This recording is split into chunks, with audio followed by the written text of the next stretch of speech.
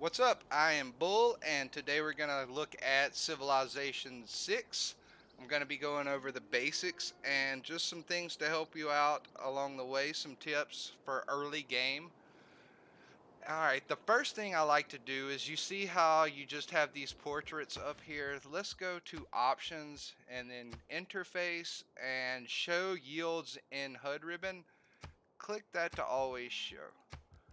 Now let's look at what that did.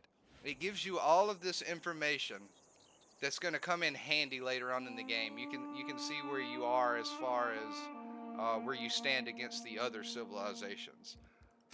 Another thing that I like to do is go to the game option and quick combat, quick movement.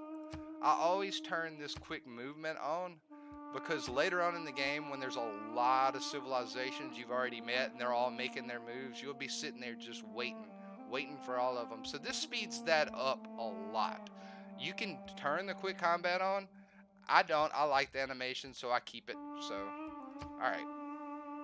Go to key binding, and right here where it says next action, click that and make that X or Z or whatever you want that is easy for you to click.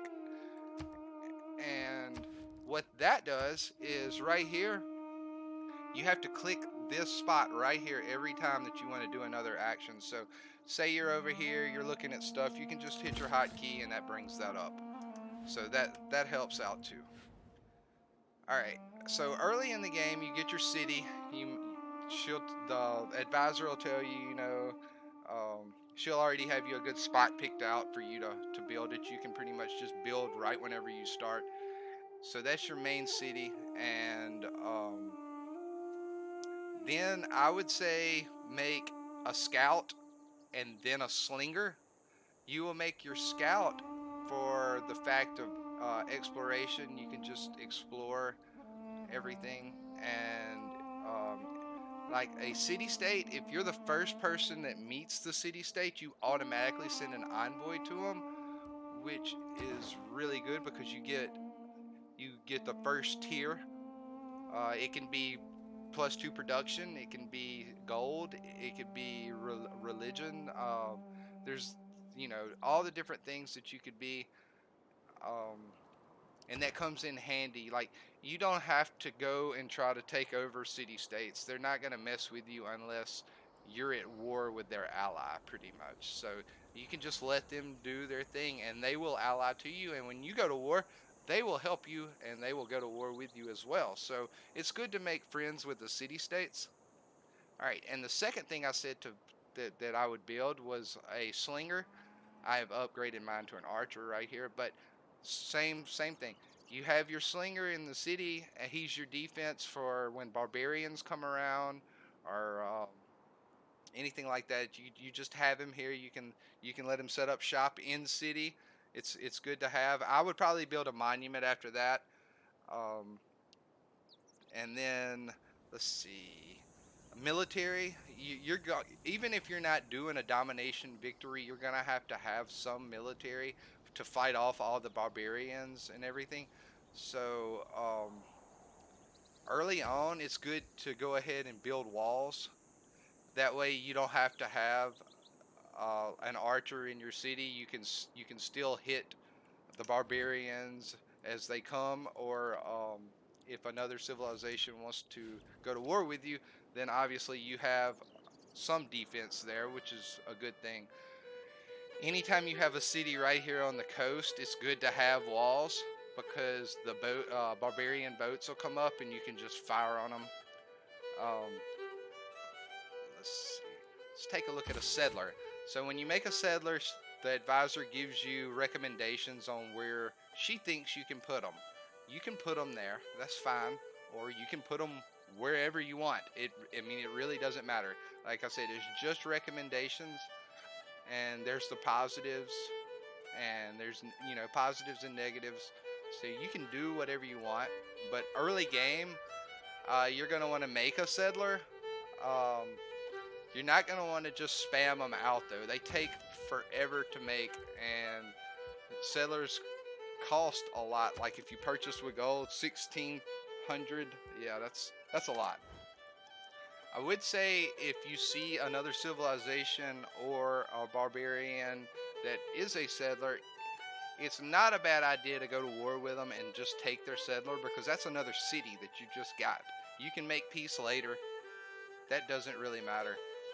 And while you're in the ancient era, you can go to war with anyone, and it doesn't give you a warmonger penalty, which is good because if you're wanting to do a domination, you can not get penalized. I took over England because she was too close to me. I didn't like her location, so I literally took over these two cities with 3 warriors and 1 archer, and I had no issues. Took her over, eliminated her. All right, let's take a look at the tech tree. Now here you'll see, to boost, build an iron mine. It's good to go ahead and do that, get a eureka moment, because it will knock down the turns that it takes tremendously. It's a good thing. So plan in advance. Improve 2 sea resources, right?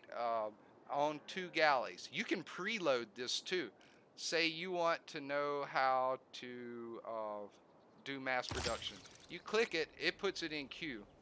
Everything that you need to learn to get to that spot, and it goes ahead and it queues it up. But like this 69 turns, it would benefit me greatly to kill a unit with a spearman and knock that down. Planning in advance like that really helps you out early game. You can do that as well in your civics, to be the target of a declaration of war, right? Build 2 campus districts. I mean, looking in advance and seeing the path you want to go is beneficial for you in the long run. It's also good to determine which type of victory you want and stick with that. You don't be a jack of all trades. Stick with the one you want. You want a science victory? Go science. If you want religion, go for anything boosting your religion and spreading the word. If you want domination, that's probably the easiest ones to prep for. Just upgrading your arsenal and building troops, and you can just march down their throat pretty much. But you will get a warmonger penalty in the later ages. So early on, I'm on my continent, I could just go take out all of these guys and not even feel bad about it.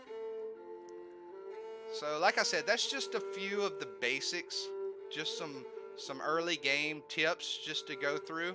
I hope you enjoyed the video. If you did, give me a like and a sub. I will be making more in-depth videos on more strategy. So it's not just for beginners. I will have some more in-depth videos coming out. All right, thanks guys.